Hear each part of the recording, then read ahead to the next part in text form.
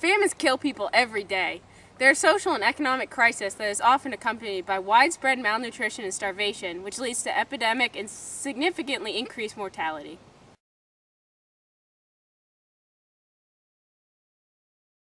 Famines can be caused by any number of factors such as climate changes, drought, crop issues, war, and political problems.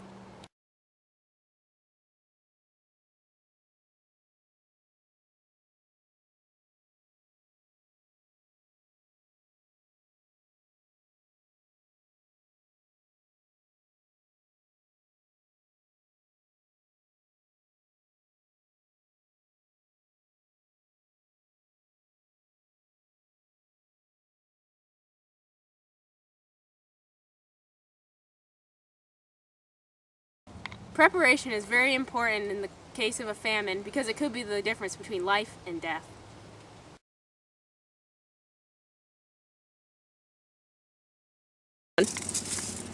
Growing food is a huge part of surviving a famine.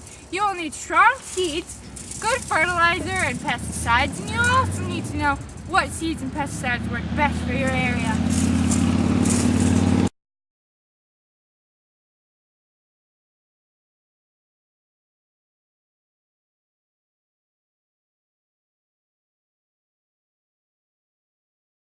Once you have your food, it's very important that you store it and keep it. There's many options. The first is to wrap it up and freeze it, like so. You can also bag it and keep it airtight.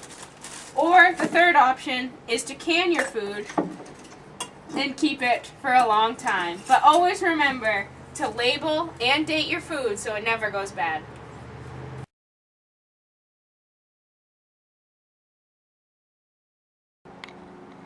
During a famine, it is very important to expand your eating habits. You must learn how to cook with a variety of ingredients and also how to learn how to like different sorts of food, or else you may not survive.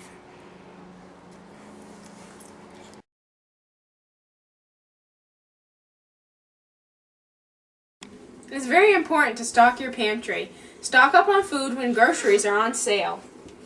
And always rotate your pantry to keep food fresh.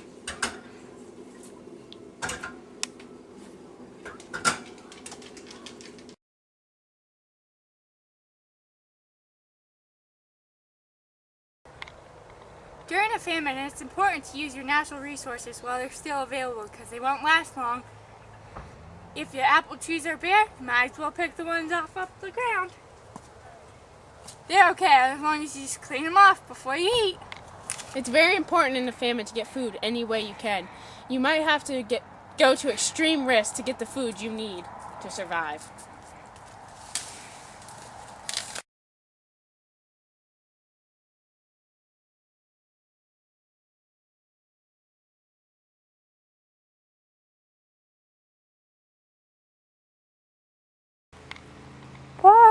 It's very important to have chickens for your eggs and for your own meat.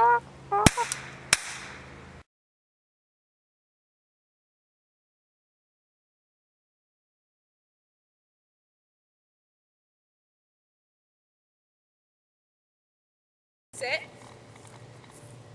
Teaching your pets how to hunt is a very important part of gaining the meat that you need. Go get it. Watch it. Go get it. Ah, good boy. Hey.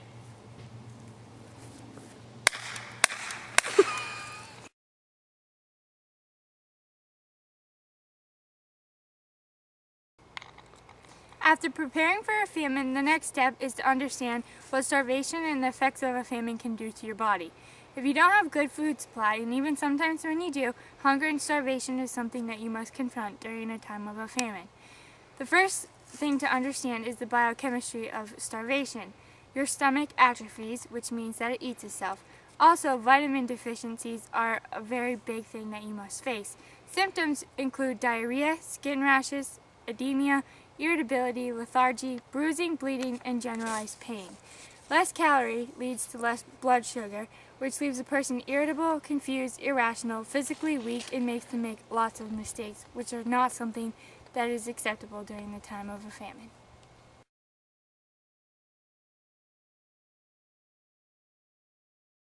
The first step when confronted with a famine is to contact emergency personnel.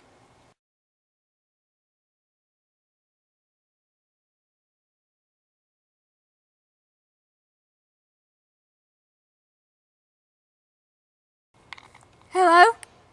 Can you hear me? I need help. My family doesn't have any food. I don't know what to do.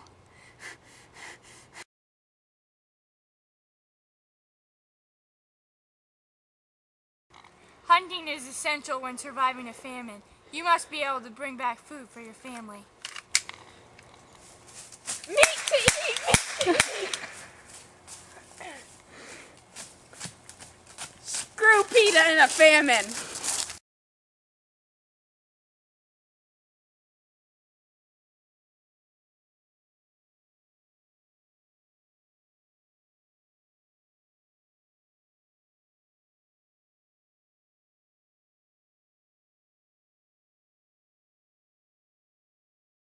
Fishing is also a very important part of surviving a famine, and it also gets you away from the cannibals.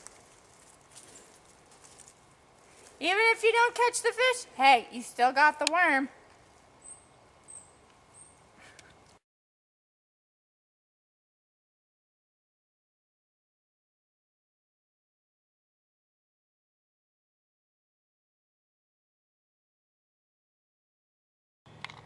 During a famine, it's also important to be able to eat your natural environment, like bugs, slugs, and worms.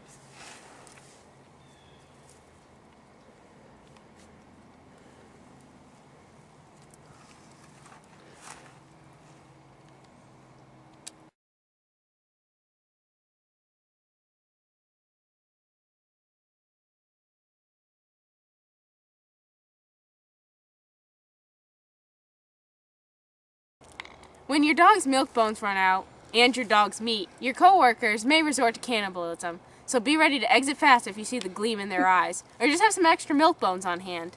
Because if you don't prepare for the very real possibility of famine brought on by natural disaster or nuclear attack, you might be eating milk bones yourself, and when those run out, you will eat your dog and your friends.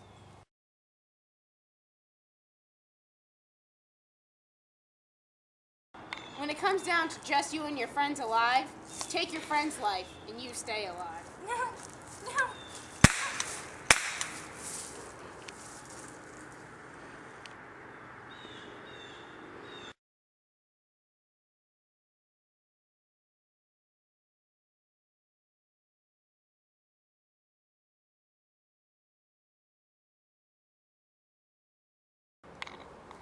Once they're fully cooked, make sure you carve them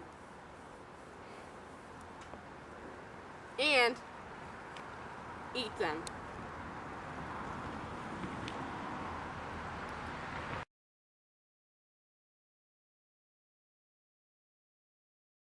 When a famine strikes, remember, not scared but prepared. Don't be a statistic. Don't let the famine take you.